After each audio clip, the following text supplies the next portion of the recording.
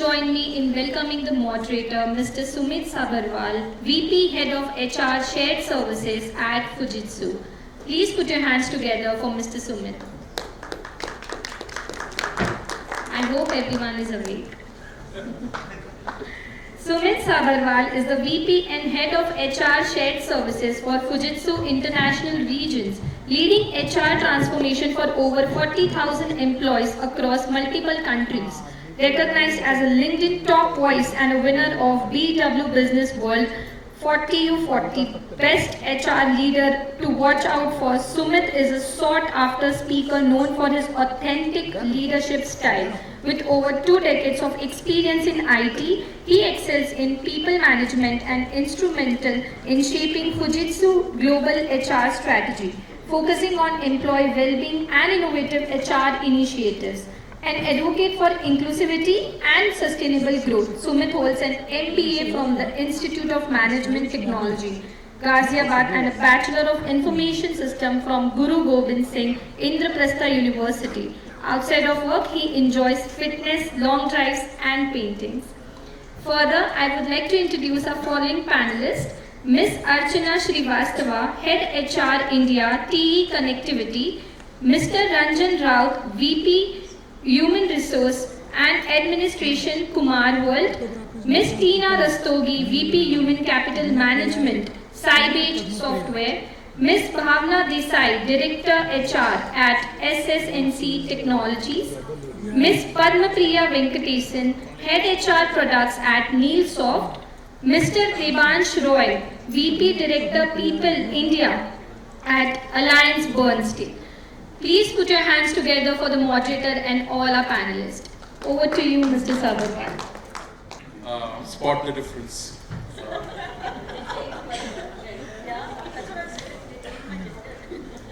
All right, good evening, everybody. It is supposed to be the last session, so we are between you and awards. So, but I hope we're going to make it interesting. My name is Sumit. We've got a power-packed panel, and I'm sure that their experiences will be very fruitful for all of us to kind of get to know a little bit about industry. Of course, none of us look like a Gen Z, but we bring in the Gen Z blend also. While the topic is quite interesting, which is the HR leadership in the age of digital transformation, I think this panel will kind of focus on various aspects that we every day work in an organization and deal with. But before that, I think we all love data, and I think data is the oil that we talk about. So I thought, just to impress you, we're going to kind of put a slide and give you some market analysis on what's happening on technology. So if you can just bring up the slide, if that's okay. The slide's going to just give you a perspective of the topic around that we're talking, which is impact of technology on people, processes. And it does give a bit of sense around on what we are seeing. So probably just 4 data points before we jump into the conversation. You would see that 89% of HR leaders plan to maintain or increase the HR technology budget. So I think technology is nothing that we can kind of take away. A lot of our spend and time is enabling organization, and that's where you kind of see that from Gartner.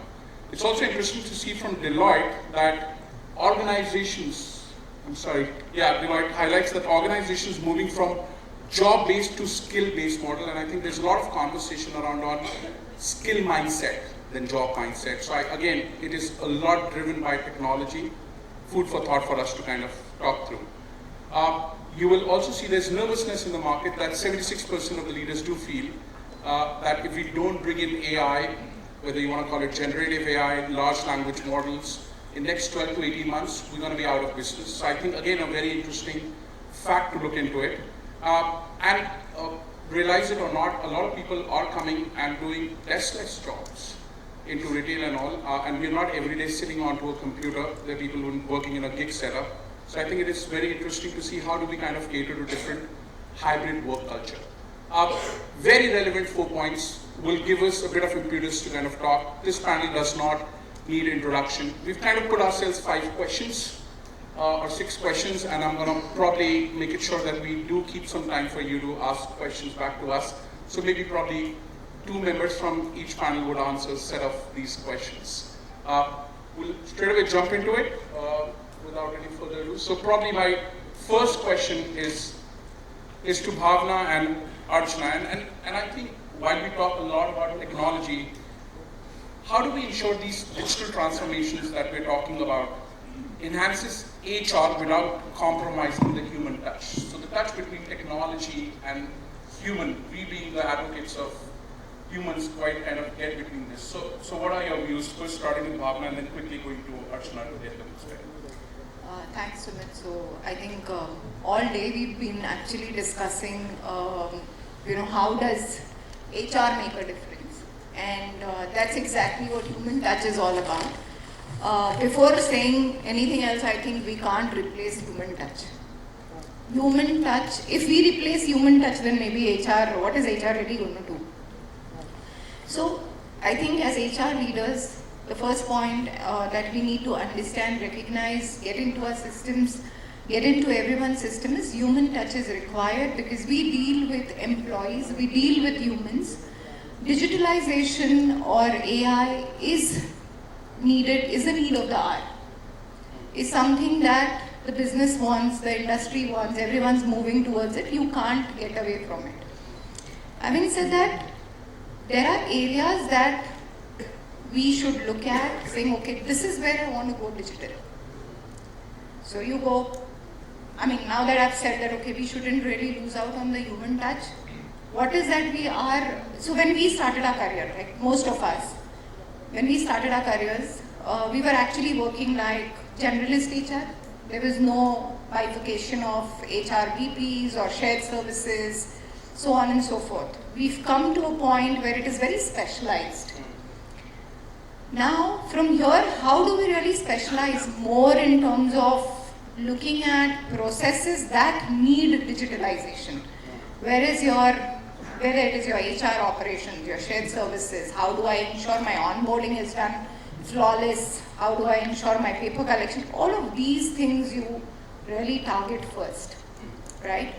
Then use your data when we are talking about going digital, or say for example, my organization, we've very recently acquired a company which is into RPM.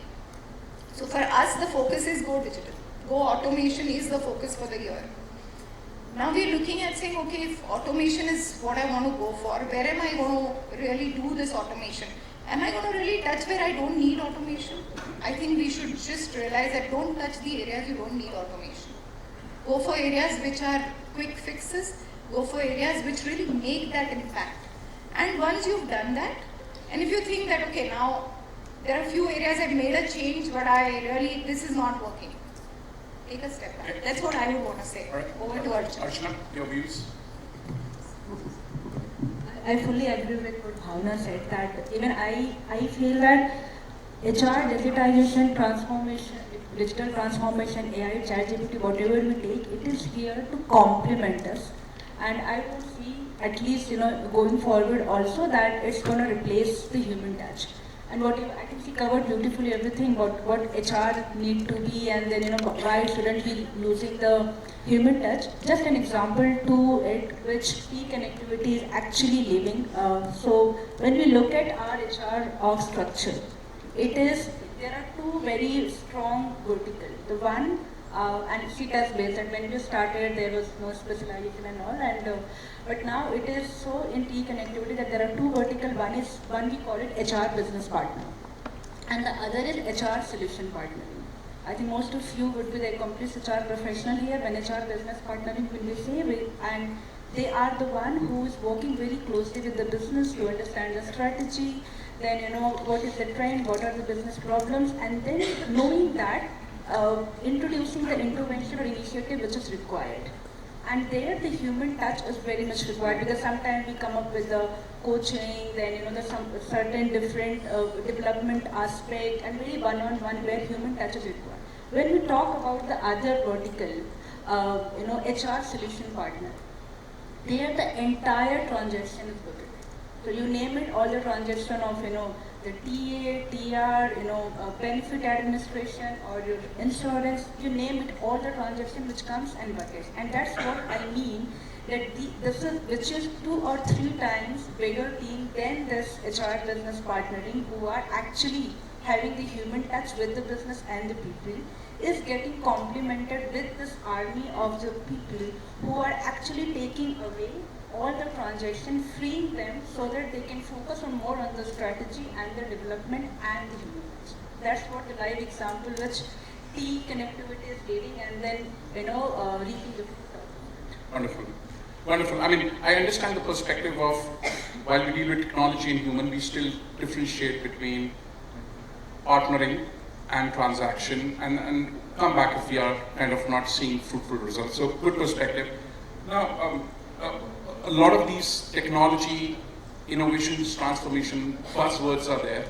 My question next is, what digital innovations have had the biggest impact on employee engagement, retention, and talent attraction in organizations like Cybage and Neilsoft?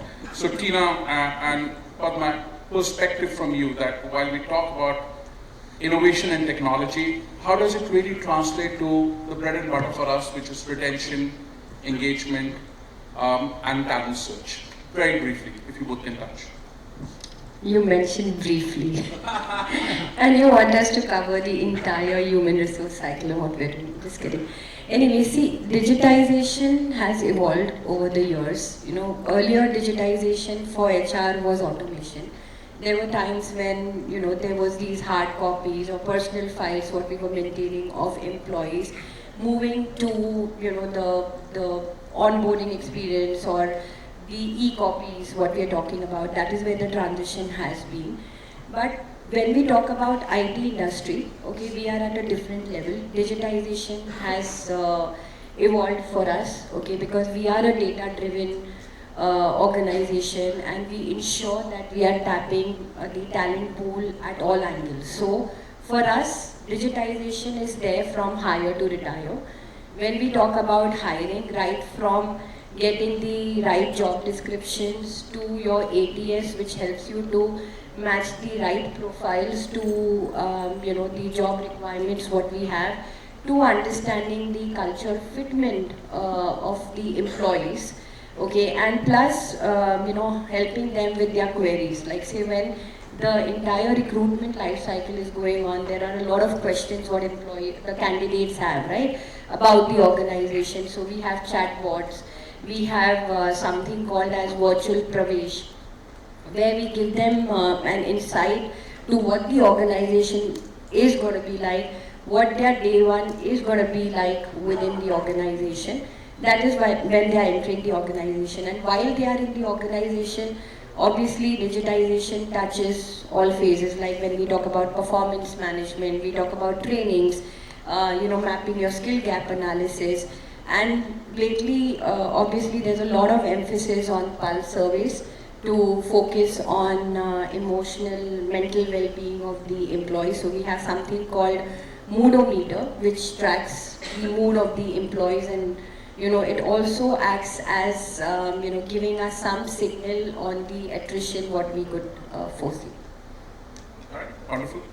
Over to you. Just to add on to what Tina mentioned, like she captured all the HR aspects, starting from the attracting the talent to retaining and giving them the learning experience. I want to go a little bit towards technical, like where from the resumes where we started with paper resumes to resume online, to skills which we all heard today morning, where skills is the in thing, and in continuation of that, where the AI comes in, is the DigiTwin or AR, VR, because I represent an organization which is into engineering, where we provide everybody the twin laptops, the computer monitors are there so that they can just see what is happening.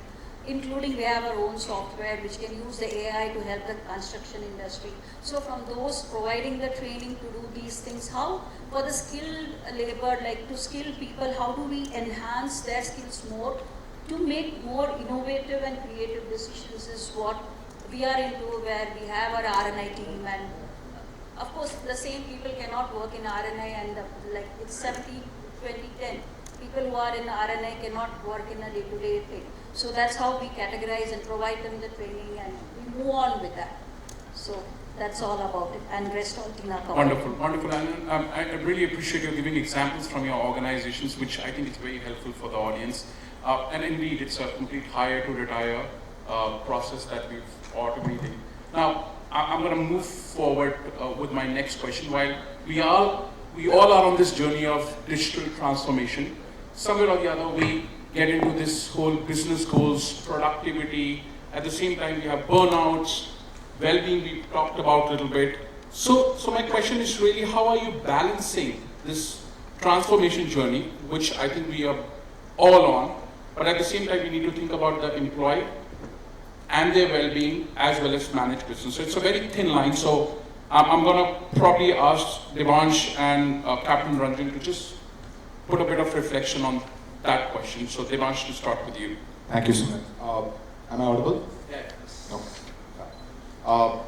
It's always an advantage when you have the third question in a panel because you're building on everyone else's wisdom. But my role in specific, I wear two hats, so I can probably answer this in a more skewed manner. I also operate as one of the executive directors on the board for my company.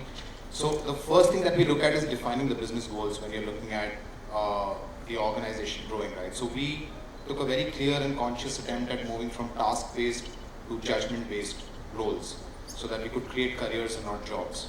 And I think from there, if we start looking at the flow down, everything sort of connected back because we also took a very conscious decision of what kind of talent we wanted to hire, which meant that we were hiring for future skills and not current skills. We train for the current and hire for the future.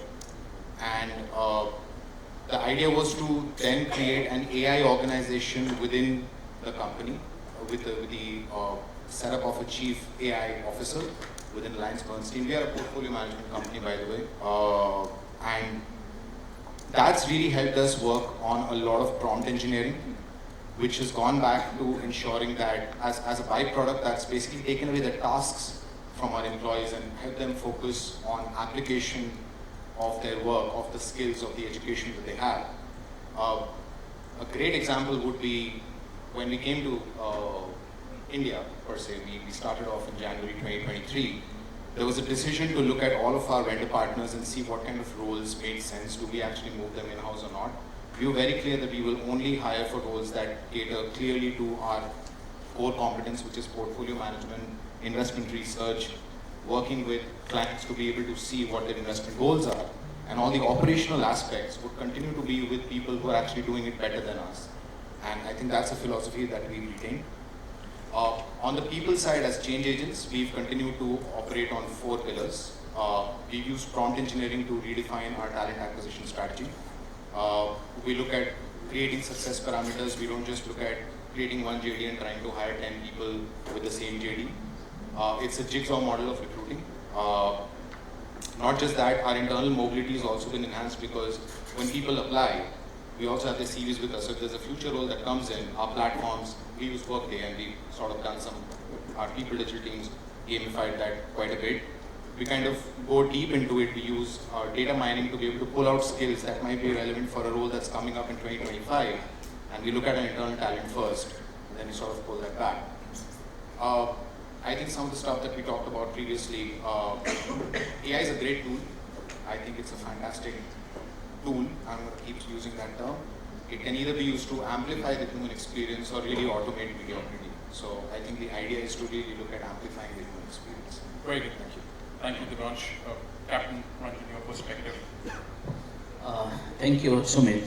Debansh has touched many, you can say, the touch points. How? Because you see, when you are going for a digital transformation of the company, there are points where you need to take care of the employees, existing and new hires. And you see, I have practical experience of digital transformation in a VTP when I was working earlier and present company. SAP, I was moderator from a consulting real estate industry. Introducing SAP across the company was difficult. There's a lot of stress in finance and account departments. People are thinking it is very too difficult to implement. However, we became successful. In the present company, Kumar, we are implementing strategy ERP. I personally implemented KK solution where you can say the nitty-gritty of all expenses, resume, hirings, technical done, and there is no paperwork.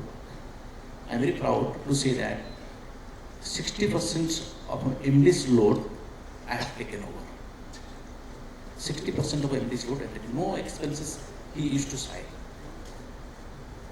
When we implement such things, one must be a techno-savvy person. One must understand he is capable to analyze the logic, capable to analyze the pitfalls, negative and positives, and understand the psychology of his colleagues and also future generations. You say, when I was in the army, in 90s, computer introduced. People say, when incoming of a computer may reduce some job of the soldiers who are clerical levels, but it is increased. Maintaining database on strategical points in war front and administration area, it increased a lot of demand of hiring new talents. And nowadays, there are some of the regiments in army, you can say the Army Aviation Corps, educational training, Army Education Corps, they have transformed army into different model. You can say 50% of our naval bases in an air force, the army officers are flying helicopters and others, and taking strategic points. Point is how, coming to the civil, how you are aggressively justifying your management, but the turn around in terms of ROI is affecting, and what you are contributing factor. I aggressively put my efforts in sales, marketing, CRM, in addition to HR. And I'm proud the business of the company revolves around the HR. And the KK software has been designed in various, it is very employee friendly. Let's say one employee has expenses of multiple fronts. And when he goes into paper, cheat paper to accounts, I can do this. You take the approval of the managing director. But simply, I have used in KK, putting the SOP on that. It goes there, it automatically transacts to next authority, and I am the final authority to approve the amount, and it comes with the transactions. So, employee emotions in terms of financial health is stabilized. People are very, you can say, peaceful of mind in addressing these areas. In construction industry, people are not so highly educated, but they are now learning how the digital transformation is there. And we need to prioritize how, in many steps, you will implement the digital transformation. And I'm sure it will balance the present and the future hires. Thank you. Thank you, Captain Ranjan. Good. I mean, the question was around well-being. I understand well-being that you've done for your CEO, MD, and your employees. Good. And also love the perspective of the fact that you're very laser focused around on what you want and how AI is enabled. I mean, with limited time we have, I'm going to still quickly see if I can touch on two more questions. All this transformation is wonderful. At the end of the day, we're custodian of data and governance both. So my question next is, how do you address concerns around data security and privacy? Because we all work in a multi-setup, we have GDPRs, we've got multinationals to work in, and India being still developing that, we need to kind of have that in the forefront, which is we ensure the trust on data. So very quickly, Bhavna, from you and Debansh, how are you addressing while you're implementing these transformation journeys? How are you making sure that you're comforting your customer or comforting the business that data and privacy is the forefront of it? So probably starting with you, Bhavna first and Debansh, very briefly. Thank you. Thank you. You just said Debansh very briefly, so but I'll also keep it very brief. I think yes, data privacy today, the internet world is wide. You know, it can go crazy. It can make things crazy. Similarly with HR, knowing that we are custodian of data and we need to be very, very careful around data. We can't really implement something that can make the organization go mad over it, right? When I say mad in terms of someone's data visible to someone else, pay slips visible, levels visible, designations, or whatever, designation still is okay, but.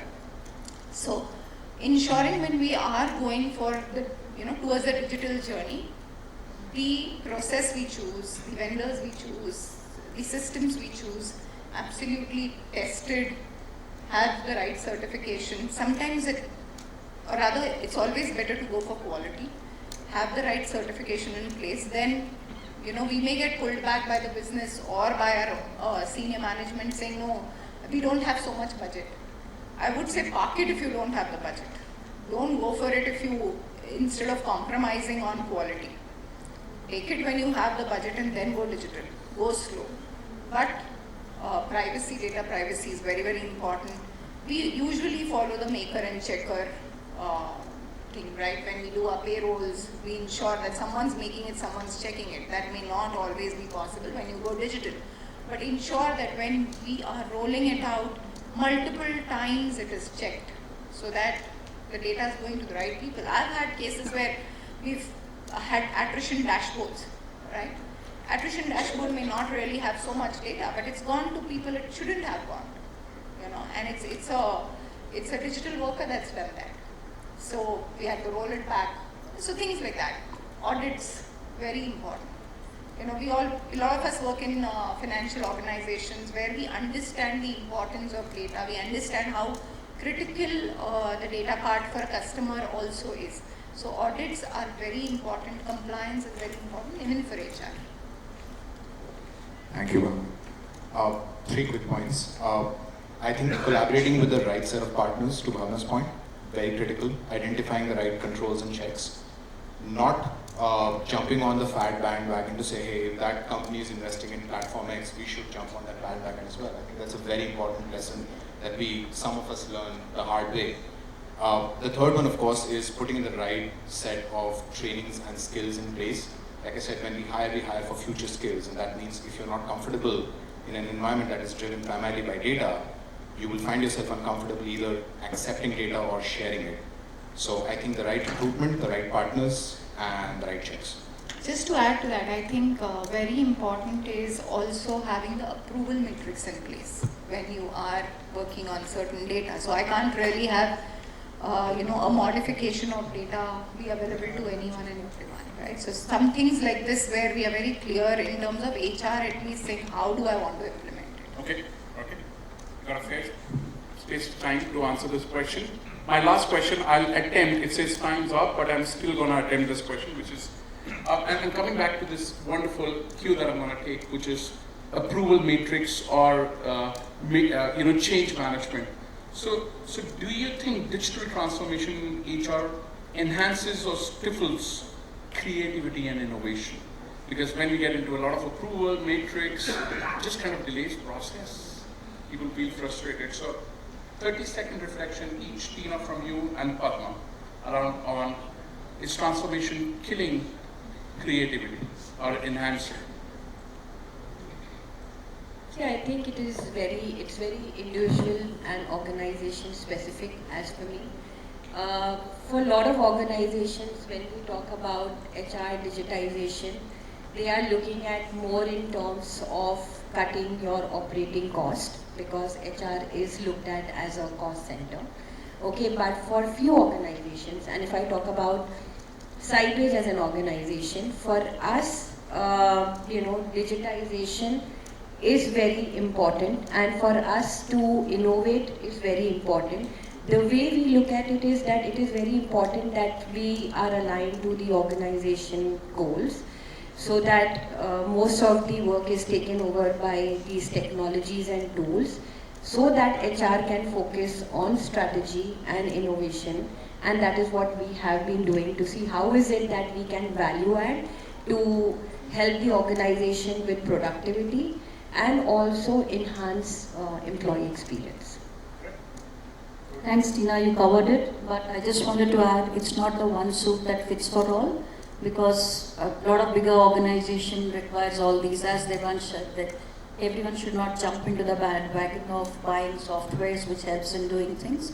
So as far as Neilsoft is concerned, we feel people touch for HR is very important. That's where when someone came and told me that, oh, we have bots that can help you answer your employee's query, I said, no, that's one of the touch points when an employee has a query. And we are not a big organization where we have our PPHRs who knows what it is, and a lot of answers are tailor-made depending on the problem that is there. When bots give an answer, it sometimes gives a wrong answer, which again circulates, oh, this is what HR told.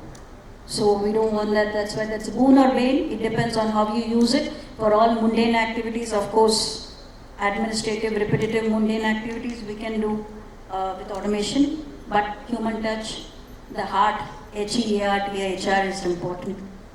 And we are the eyes and ears. Our MD says HR is the eyes and ears, finance is my brain. So we follow that. Just to add, that there are some functions in HR where you cannot really remove the HR, the human part of it. When you talk about performance appraisal discussions, or when you're talking about coaching or mentoring, so HR stays there. Yeah, wonderful. As you would see, this wonderful panel has a very diverse view, and it's very contextual to organizations. But we are on this journey where, of course, we've got people, processes, and technology. In people space, we are dealing with multi-generations today. In processes, we are not linear. We're dealing with now agile methodologies, and in terms of technology, I was today morning looking at an ad from one of the telecoms, which they never did a shoot. They just got a generative AI, run the whole ad, and it's one of the largest telecom company which put an ad out on Christmas. So we're talking about that level of technology. What's the relevance of a marketing department is questionable. So I think technology plays a significant role. How do we use it? What's the context of the organization? And what's our business objectives are very subjective. But can we give a big round of applause for this panel? They love to talk, but they're kind of being very disciplined about being on time, but they would love to take a few questions. So if we can take 2-3 questions very briefly, and I'll ask one of my panelist member to answer. Yes, go ahead. Why don't you just ask the question? Yeah, so my question is to Debansh. You said that you moved from task-based to judgment-based. Okay. To get the career of the job. So could you just elaborate a bit more on that? Sure. Just so I get the context, you refer to the fact that when we move from task-based to judgment-based, you invest in a career and not a job. When you look at judgment-based roles, the difference is you're asking people to apply the knowledge that they have already, not just follow a point A to A, point B sort of work, which is typically what happens in operations. We took a call consciously, and we knew that our core competence was not to focus purely on operational work. We wanted to move into research and advisory, and we also have a commercial entity set up. So we wanted to partner with individuals or companies that were actually better at running operations than we were, while we pulled back the research-related, investment-related, recommendation or judgment-related pieces with us. I think what that does is, in my personal experience, that opens up a wider range of career options for any professional when you've started to apply the knowledge that you've learned, rather than continuing to do the same thing over and over again, because that is operations, it's efficiency. You look at SLAs, you look at productivity metrics. That's just my view. Good. We've got a question there. Yeah, go ahead. Hi, good evening panel. This is again Shailendra. So my question is, we are talking about AI, technology and everything. It's very good. A lot of tools are also available. If you open, and find out the tools on Google, there are hundreds of tools already available for AI. But when we talk about the ethical use of AI, how we are going to take care of that particular part, because as far as the things are considered, it's only the EU that has a law which is there, and when we talk about India, it's just a guideline as of now. So how, being the responsible corporate HR heads and L&D heads, how we need to take it ahead as far as the ethical practices are concerned? Okay, it's not just EU now. In fact, NY also has an AI Act which has come into place. So you're correct, it is very important that there is an ethical use of AI. So what we do is that we ensure that there is a lot of awareness what we do.